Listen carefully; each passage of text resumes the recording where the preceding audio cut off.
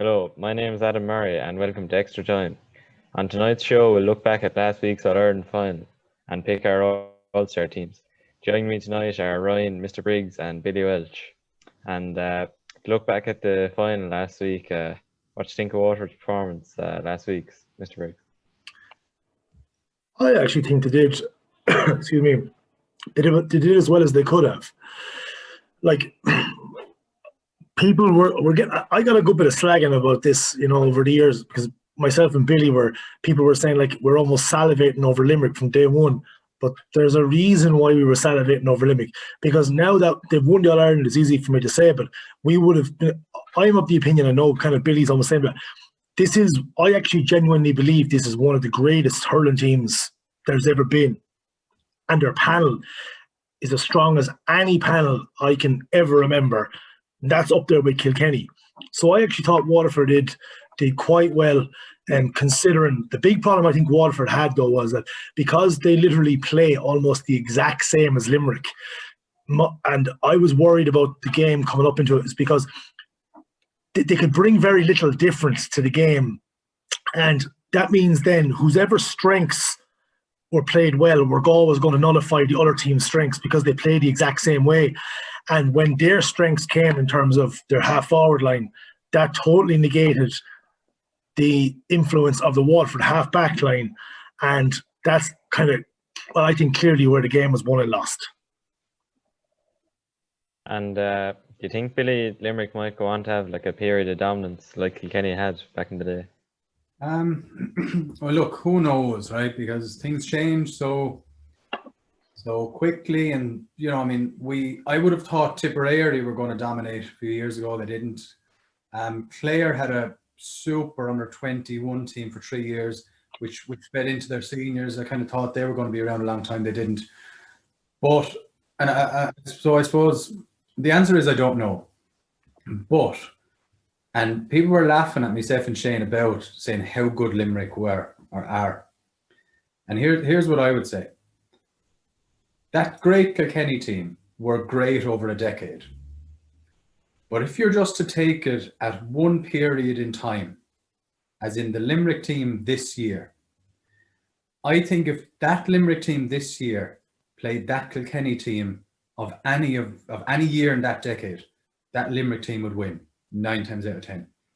So while people will laugh and say they're not a great team unless they go on and win 5 All-Irelands over a decade or 5 All-Irelands over 6 years, that may be true with longevity. But as of 1 year or maybe 2 years or 3 years, over a short period of time, they're as good of a team as I've ever seen. But I think it's a combination of factors here now that is going to be sustainable for Limerick. And it's the same with Dublin. Number one, they have the players. Number two, they have the finance because their JP is financing them. Okay. Number three is they understand the value of S&C and fitness. So it's not like, like the great Offaly team of the 90s. They were phenomenal hurlers, but I don't think they really truly got what it meant to push themselves to the limit of fitness. I think this Limerick team does. Also, I think with the structures they have in their underage, so they won the minor, just yesterday, and their age profile means that even this group of players are going to be around for the next 3 to 4 years. And then if they have another cohort of players to come behind them, there's no telling what they can achieve. Yeah, and on that, they seem to have a culture as well. Now I know it's only in the group, but you'd be hoping. Well, I won't say you'd be hoping, but they'd be hoping that anyone that comes into the team or into the panel, they'll also have that culture. It's interesting that under-20s team, Shane, that you had this year, right? Next year's under-20 team, I would have had it under-14, and when I had him, I was talking to the Limerick guys. And we were just having a chat about how, what systems they put in place. And it was the same year that the jerseys were pulled off our under-14 Waterford team after the game, which I thought was a disgrace. But I was mirroring that with what the Limerick management said to me. And he said, it's like this. he said the best hurlers and footballers, the best hurlers in Limerick are probably the best soccer players and the best footballers and the best rugby players. So he said, we need to get them players to play hurling, and then we need to spoil them, and we need to have them in a setup that they want to play hurling. So not alone have Limerick a great senior team, but they also have the know-how underage of how to get their best players and how to keep them playing hurling. So the future looks very, very bright for them. And I think, like, you know, even their school system over the last number of years, or Skull Reach, have been incredibly strong. Like, they're playing hurling all year round. I think the culture, like, even last year, they had a number of problems, right? So, well publicized, Kyle Hayes, Gillan in America, like, everything that could have gone wrong for them did go wrong. And to be honest with you, I think that's the kick up the arse they actually needed. We could technically be sitting, apart from one bad refereeing call, we probably should be sitting here talking about 3 in a row champions, and nobody stopping them. Because, and I always think on the other side of the coin, when you look at Tip are on the way down, right? Cork are on the way down. Kilkenny, they haven't been good enough. Who is going to challenge them in the next take 2 years? I'm not sure Waterford can, because I'm not sure the players are in Waterford to add another 4 or 5 to make the difference off the bench that Limerick has at the moment. I hope I'm wrong, but I don't think I am. Yeah. And I suppose just come back to Waterford, Ryan, what do you think they might have to do over the next few years to kind of bridge the gap, I suppose? Like, when you were looking at the match there last week or the week before, Limerick were just an awful lot bigger. Their work rate, anytime a Waterford man had the ball, there was maybe 2 or 3 Limerick lads surrounding straight away. So I think there's a lot of things Limerick or Waterford could learn from Limerick after that All Ireland. And you were saying, Mr. Briggs, like, how they're so fit, but like their work rate is probably their best attribute. But do you think that kind of comes with their physical fitness as well? Like? Yeah, it's a combination. It is their physical fitness, but it's also their physical size. Like, this probably, I mean, look, even in Waterford, if you wanted to go out and find big guys who can hurl, massively athletic, like, they just aren't there, you know. But like, this probably is a once in a generational team where they all seem to be huge. But it's not just the physical fitness. You see in the first few minutes, when they hit you, you go backwards. And when you go backwards, that saps your energy, and it's hard for you to get your legs going again. And then when they're gang tackling, like, imagine like Garrett Haggard hits you, then all of a sudden Keane Lynch is in there. Then it's O'Donoghue, Will O'Donoghue, and like Kyle Hayes is around there. I can never remember a team, but like, these lads would give a lot of rugby teams a go for their money in terms of their physique, but like, then they have the pace, the strength. I can't actually remember a team in living memory who are like this, and Dublin are the exact same way. So like, it's a combination of all these things. But like, you know, if you're a smaller guy and you get hit by one of them, you're stopped in your tracks, and then they just turn over the ball, and then because you're turning over the ball in the middle of the field, they can hit you at pace. Guy off the shoulder comes over the bar, and like, they don't need to score goals. That's the thing. Like, they're hitting 30 plus points a game. Even Kilkenny. Now, there is one thing we'll probably come to later. How, Billy, I know your feeling on this, but like, if I was going to say there was one thing that Limerick could improve on, there was 3 or 4 times where they turned over Waterford players, and a ball was passed out, say Keane Lynch a couple of times, and he hit the ball straight over the bar, but there was actually an acre of space in front of him. He never ran into it, you know, heading towards goal. And that's the one thing I'd always associate with that Kilkenny team, was if Eddie Brennan got a ball heading toward, like, you know, that space, or Henry Shefflin, they'd only one way they were going, and that's they were going straight for goal. But this Limerick team, they don't care. Like, I mean, we touched on this before this, or a semi-final stage. You play black at defence, they shoot over you. You push up on them, they go one-on-one. Like, Gillan, you know, is inside. And like, even though I thought Conor Prunty had a phenomenal game, the pressure he was under was outrageous. And like, they can do it all, and they can beat you anyway. I suppose we'll look at the All-Star team. So I think your one's going to be coming up there first, Billy. Right, so my All-Star team there, Nicky Quaid in the goal. He was very consistent all year and didn't make many mistakes. Sean Finn in the corner, probably one of Limerick's better players and very tight marker, very consistent as well. Conor Prunty in full, even though he mightn't have had the best quarterfinals. He was always marking probably the opposition's best man, and he normally did a fairly good job at neutralising him a fair bit. Dan Morrissey in the other corner, then a lot of people were worried about his move from half back line into full, but he was fairly solid in there, and he could probably play there for another few years if they need him. Caelan Lyons then on the wing. Had to leave out Hayes. But apart from the All Ireland Final, Caelan Lyons probably one of the hurdlers of the year. He won some ball in the half back line and even scoring as well, so he's probably one of Waterford's best lads anyway. Long Tag de Burka in the centre. He was probably the big driving force in the back, and the injury in the All Ireland Final could have been a different match if he was on the field. Diarmaid Burns on the other wing then, he was kind of similar to Caelan Lyons, I suppose, winning a lot of ball, scoring, taking frees, kind of an all-round hurler. Lynch and Tony Kelly in the middle of the field. Even though neither of them were playing, they're both. Cian Lynch was probably drifting around, and Tony Kelly was floating around a good bit as well. Similar enough players probably get onto a good bit of ball, the both of them, and contribute to the score, but especially Tony Kelly. Then Hegarty and Morrissey, two wing forwards. They're probably two hurler of the year candidates. And they were just kind of scoring at will there for a stage in the championship, so you couldn't leave them out. Actually went with Austin Gleeson then centre forward, even though a lot of people wouldn't left him out, but as the championship went on, he probably improved an awful amount. And in the All Ireland Final, he was definitely Waterford's best player. He probably, I think it was 4 points scored, but he did the business towards the business end of the championship. And Bennett and Gillan in the corners.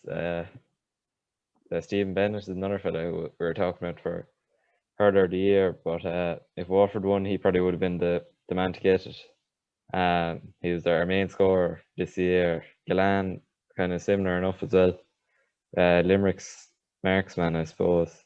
And then TJ Reid he was carrying Kilkenny for over the last few years, but a fair bit of this championship as well. So what do you think, Ryan? I'm sure Nicky Quaid in the sticks. He didn't make any mistake all year. I suppose, as Billy said, Saki was probably the man on the day with the two brilliant saves in All Ireland. But I said Quaid didn't make any mistakes throughout the year, so I threw him in. And then Finn, a cornerback, didn't put a foot wrong all year, and even in the last few years. And Morrissey in fullback, like everyone was wondering how he'd go, going from centre back, half back to full back. Thought he'd be cleaned out, but I thought he was sturdy enough back there now this year. And then Daithí Burke, he was brilliant for Galway, another big man, so he'll do well in corner back. Burns in wing back, thought he was unreal, shooting scores from his own 65. So he put a lot of scores up for Limerick this year. Like as you said, a lot of teams would either try and stop Limerick from scoring goals, and he'd shoot over your blanket defence no better. The Burka had a fantastic year. He was fierce and lucky now with the injury in the All Ireland. Could have changed the way things went a small bit, but I think he deserves a place in there. Lyons, same as Billy, had to fit him in, so I threw him into wing back instead of Hayes, but didn't forget Hayes. I threw him into midfield. He's like Billy did with Lyons, he had to be in there somewhere, so I'd say he'd do midfield no bother. He has the pace, the speed, the strength and everything, so he'd suit midfield. Lynch, I think was it last year and the year before, last few years he was midfield. He's unreal. So I'd like to see him back there. Tony Kelly, centre forward. Clare didn't do overly well in the championship, but thought he really deserves a place in there. Then Hegarty and Morrissey. Don't think anyone would take their place this year in the half forward line. They're just unbelievable for Limerick. Then TJ Reid had to get a mention in full forward. And then Gillan and Bennett, the two corners. I think Gillan would be better suited now in the corner than full forward, as Limerick were playing him now this year. And Bennett is just unbelievable for Waterford. So that's it. They're all good teams, in fairness. Like, I mean, you're going to be leaving out some super players. I suppose, look, we'll go on to mine here now. Sorry. This is my hurling team of all time. I better go back up to my own this year's one. Sorry. Shane, I never played in the full back line. Doesn't You can matter. put your left there, but you put your right in every other position. Good players can play anywhere. But I'm not a stopper. Yeah, look, I think Nicky Quaid, biggest facet of the All Ireland Final was, puck outs all year. He's nailing them. Like, I do agree, like, that he probably gets a better or an easier ride than some goalkeepers, but geez, like, his pinpoint accuracy, and I just love half a hurley. He's a lovely swing. Sean Finn is my kind of guy. He's a small bit of filth, pulling off the ball, hard as nails.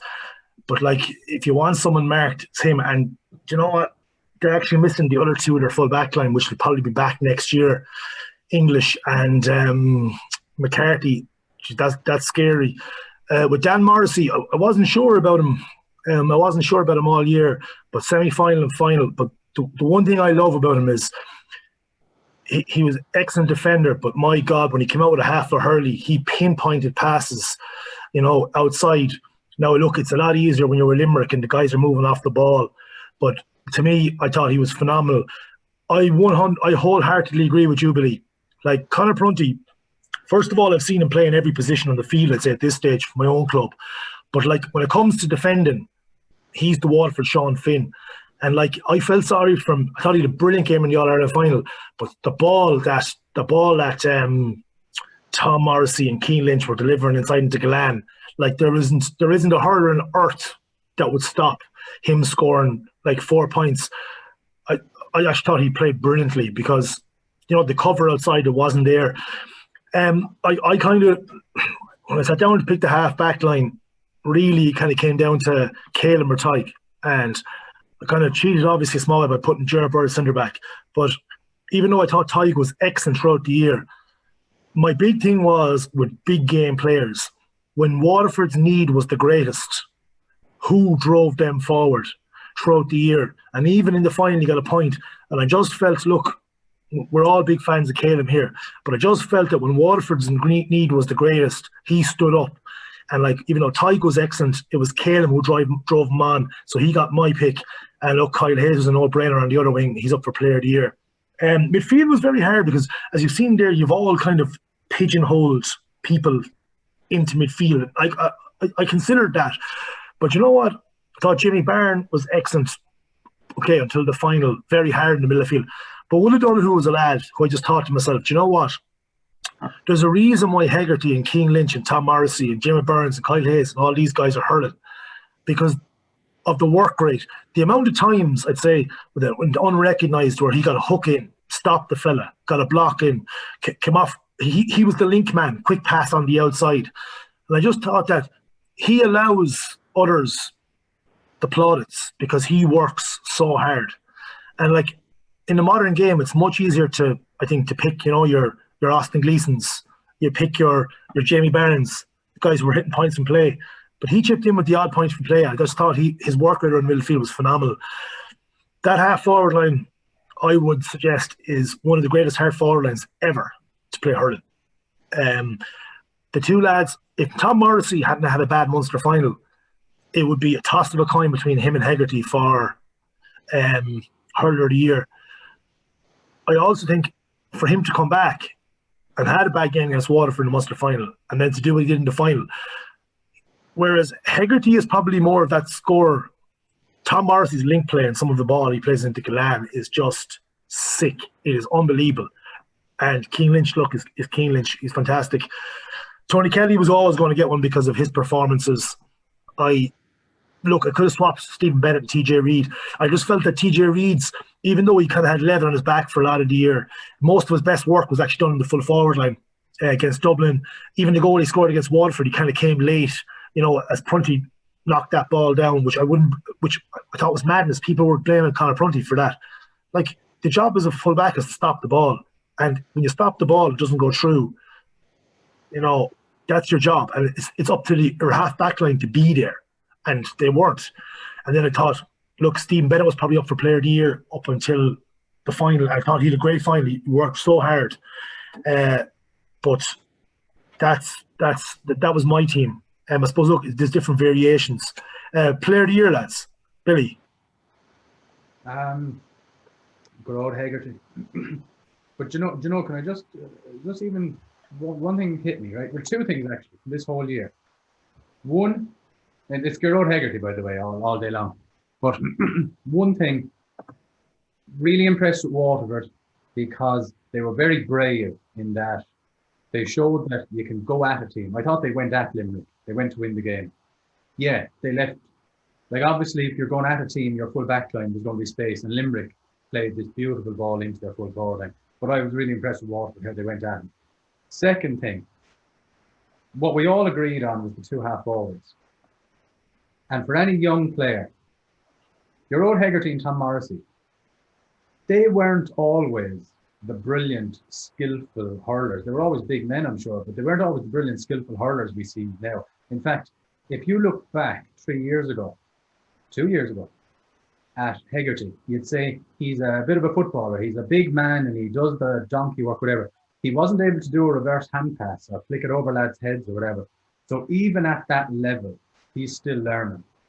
So I think that's for any young player who thinks they know it all.